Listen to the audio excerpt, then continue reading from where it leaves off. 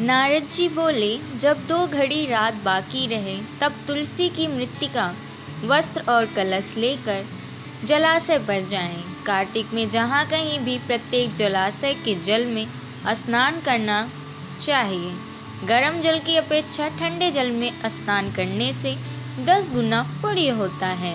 उससे 100 गुना पुण्य बाहरी कुएं के जल में स्नान करने से होता है। उससे अधिक पुण्य बावड़ी में और उससे भी अधिक पुण्य पोखर में स्नान करने से प्राप्त होता है।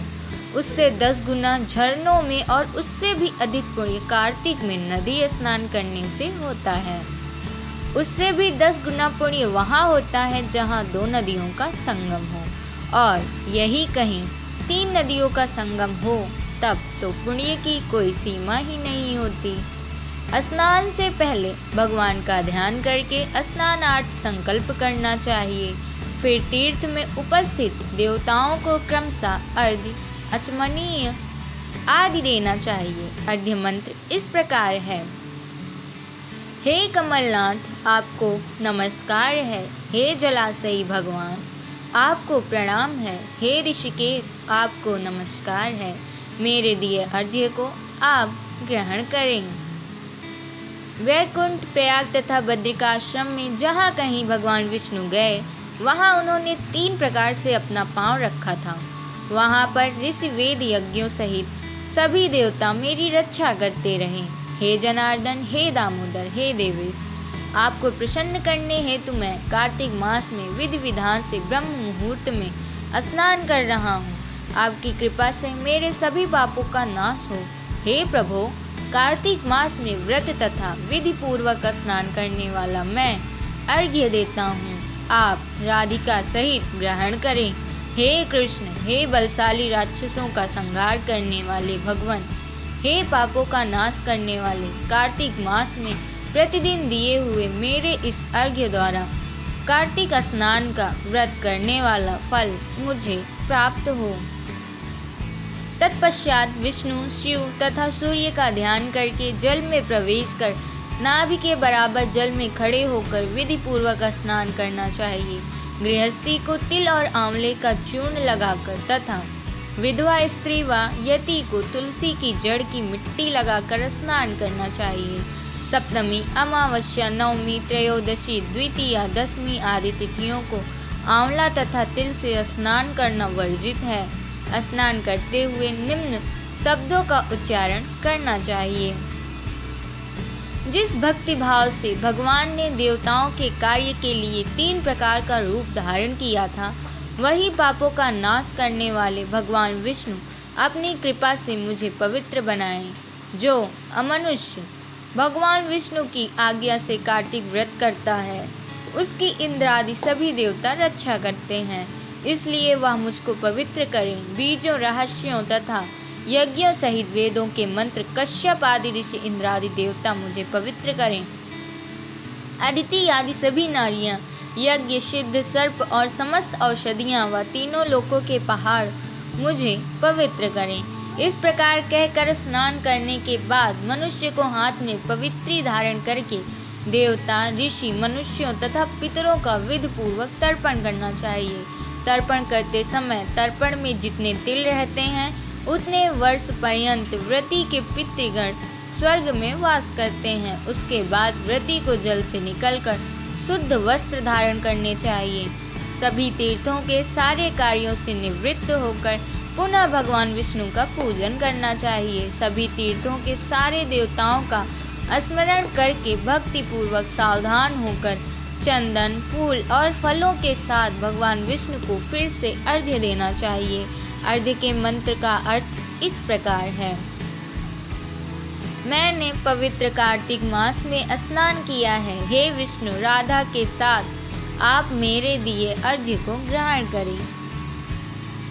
हे कृष्ण, आप राधा के साथ मेरे दिए अर्घ्य को ग्रहण करें। हे विष्णु, आप लक्ष्मी के साथ मेरे दिए गए अर्घ्य को ग्रहण करें। तत्पश्चात चंदन, फूल और तांबूल आदि से वेद पाठी ब्राह्मणों का श्रद्धा पूर्वक पूजन करें और बारंबार नमस्कार करें। ब्राह्मणों के दाएं पांव में तीर्थों का वास होता है, मुंह में वेद और समस्त अंगों में देवताओं का वास होता है। अपने कल्याण की इच्छा रखने वाले मनुष्य को इनका ना तो अपमान करना चाहिए और ना ही इनका विरोध करना चाहिए। फिर एकाग्रचित्त होकर भगवान विष्णु की प्रिय तुलसी जी की पूजा करनी चाहिए। उनकी परिक्रमा करके उनको प्रणाम करना चाहिए। हे देवी, हे तुलसी, देवताओं ने ही प्राचीन काल से तुम्हारा निर्माण किया है और ऋषियों ने तुम्हारी पूजा की है। हे विष्णु प्रिया तुलसी, आपको नमस्कार है। आप मेरे समस्त पापों को नष्ट करो। इस प्रकार जो मनुष्य भक्ति पूर्वक कार्तिक व्रत का अनुष्ठान करते हैं, वे संसार के सुखों का भोग करते हुए अंत में मोक्ष को प्राप्त होते हैं। नारद जी ने कहा, हे राजन, कार्तिक मास में व्रत करने वालों के नियमों को मैं संक्षेप में बतलाता हूँ, उसे आप सुनिए। व्रती को सब प्रकार के आमिष, मांस, उड़द, राई, खटाई तथा नशीली वस्तुओं का त्याग कर देना चाहिए। व्रती को दूसरे का अन्न ग्रहण नहीं करना चाहिए, किसी से द्वेष नहीं करना चाहिए और तीर्थ के अतिरिक्त अन्य कोई यात्रा नहीं करनी चाहिए। देवता, वेद, ब्राह्मण, गाय, व्रती, नारी, राजा तथा गुरुजनों की निंदा भी नहीं करनी चाहिए। व्रती को दाल, तिल, पकवान व दान किया हुआ भोजन ग्रहण नहीं करना चाहिए। किसी की चुगली या निंदा भी नहीं करनी चाहिए। किसी भी जीव का मांस नहीं छूना चाहिए।